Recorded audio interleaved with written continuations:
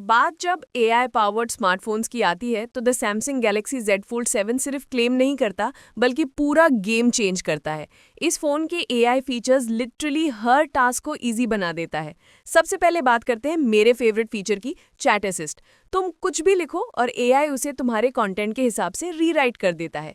फिर आता है जनरेटिव एडिट, मतलब बस फोटो क्लिक करो, जिस चीज़ को हटाना या मूव करना है उसको सर्कल करो और एआई इंस्टेंटली फिक्स कर देता है। लिटरली फोटोशॉप लेवल एडिटिंग बिना कोई एफर्ट के।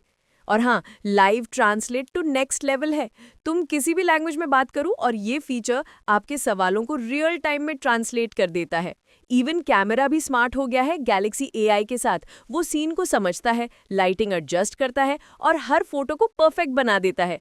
This isn't just a smartphone, it's a smarter way to think, create and connect. Switch karo to the smartest AI smartphone of 2025, the Samsung Galaxy Z Fold 7.